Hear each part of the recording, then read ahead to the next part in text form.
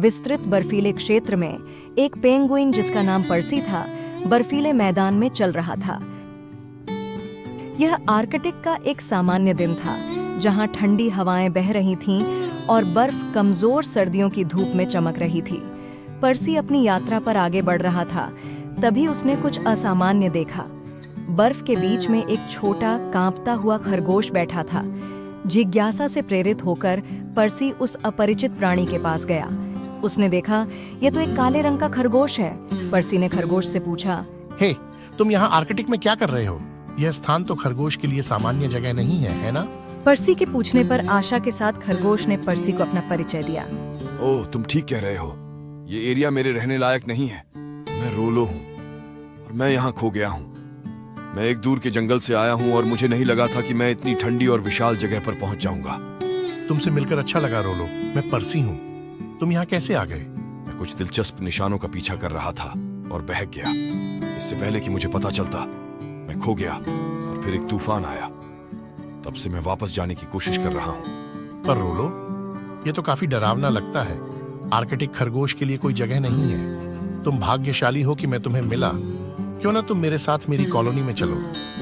वहां तुम गर्म हो जाओगे और शायद हम तुम्हें घर पहुंचाने का रास्ता ढूंढ सकें। ये मेरे लिए बेहतर होगा पर्सी। धन्यवाद। मुझे इतनी सुनसान जगह में किसी के इतने दयालु होने की उम्मीद नहीं थी। आर्कटिक तुम्हारे लिए कठोर हो सकता है, लेकिन यह आश्चर्यों से भरा हुआ भी है। चलो, ये यहाँ से ज्यादा दूर नहीं है। जैसे ही वे साथ साथ चलने लगे, रोलो आर्कटिक की अद्वितीय सुंदरता को देखकर हैरान रह गया। बर्फ पर पड़ती रोशनी का खेल, बर्फ के मैदान की विशालता, बर्फ से बनी आकृतियां, उछलती हुई मछलियां और दूर से अन्य समुद्री जीवों की झलकें उस भटके हुए खरगोश को मनमोहक लग रही थीं। उसे पर्सी के घर का रास्ता बेहद पसंद आया। रोलो ने चलते चलते आश्चर्य से पर्सी से कहा, यहाँ ठंड के बावजूद वास्तव में सुंदर है। मैंने ऐसा कुछ कभी नहीं देखा। यह सुंदर है ना? कभी कभी मैं खुद भी इसकी सराहना करना भूल जाता हूँ। हम पेंगुइन हमेशा जीवित रहने में व्यस्त रहते हैं, लेकिन इस जगह में एक खास जादू है। मैं देख सकता हूँ कि तुम ऐसा क्यों कह रहे हो। ये जंगल से बहुत अलग है। मेरे घर पर सब कुछ हरा और जीवित है, ध्वनियों और रंगों से भरा हुआ है। यहाँ ये बहुत शांत और सफेद है, फिर भी यह शांतिपूर्ण लगता है। देखो रोलो, दोनों जगहों में अपनी अपनी सुंदरता है। शायद कभी मैं तुम्हारे जंगल का दौरा कर सकूं। मैं उन रंगों को देखना और उन ध्वनियों को सुनना पसंद करूंगा जिनके बारे में तुम बात कर रहे हो। पर्सी, यह अद्भुत होगा। मैं तुम्हें सभी बेहतरीन जगहें दिखा सकता हूँ, लेकिन पहले चलो इस रोमांच को पार कर लें। जब वे पर्सी की कॉलोनी पहुंचे तो अन्य पेंगुइन शुरुआत में एक खरगोश को देखकर चौंक गए। हालांकि पर्सी के परिचय और रोलो की विनम्रता ने उन्हें जल्दी ही अपना बना लिया। वहां मौजूद एक अन्य पेंगुइन ने पर्सी से पूछा कि पर्सी, तुम्हारा नया दोस्त कौन है? दोस्तों, ये रोलो है। वह खो गया है और उसे हमारी मदद की जरूरत है।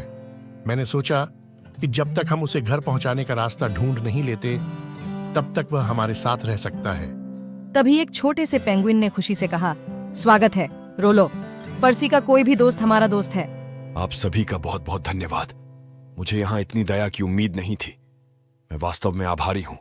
दिन बीतने लगे और रोलो ने पेंगुइन के साथ जीवन जीना सीख लिया। उसने उनकी आदतें सीखीं, अपने जंगल के किस्से सुनाए और बदले में पेंगुइनों ने उसे बर्फीले मैदान में नेविगेट करने के तरीके सिखाए। एक दिन रोलो ने पर्सी से कहा, पर्सी, मैं सोच रहा हूँ, यह अनुभव अद्भुत रहा है।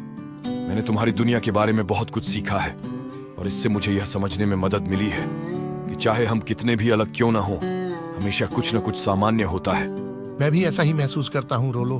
तुमने हमें दिखाया कि सबसे ठंडी जगहों में भी गर्मजोशी अप्रत्याशित दोस्ती से आ सकती है। मैं इससे बेहतर नहीं कह सकता। एक बार जब मैं अपने घर का रास्ता ढूंढ लूंगा तो मैं हमेशा इस जगह और यहाँ बनाए गए दोस्तों को याद रखूंगा। और तुम्हारे साथ हमारा हमेशा के लिए घर रहेगा। कौन जानता है, शायद मैं तुम्हारे जंगल का दौरा करूंगा और हम एक और रोमांच पर साथ चलेंगे। उनके साझा अनुभवों से मजबूत हुए उनके बंधन के साथ पर्सी और रोलो को पता था कि उनकी दोस्ती दुर्लभ और कीमती थी, क्योंकि यह दोस्ती अद्वितीय आर्कटिक की ठंडी धरती पर बनी थी। पर्सी और रोलो के बीच गहरी दोस्ती जारी रही। और दोनों मिलकर रोलो के घर का रास्ता खोजने का हर संभव प्रयास करने लगे।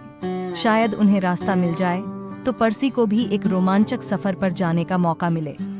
तो दोस्तों, इस कहानी का नैतिक यह है कि विपरीत परिस्थितियों में भी दया, सहयोग और दोस्ती से मुश्किलों का सामना किया जा सकता है। हम चाहे कितने भी अलग क्यों ना हों, समझदारी और सहयोग से हम एक दूसरे की मदद कर सकते हैं और अपने जीवन को बेहतर बना सकते हैं।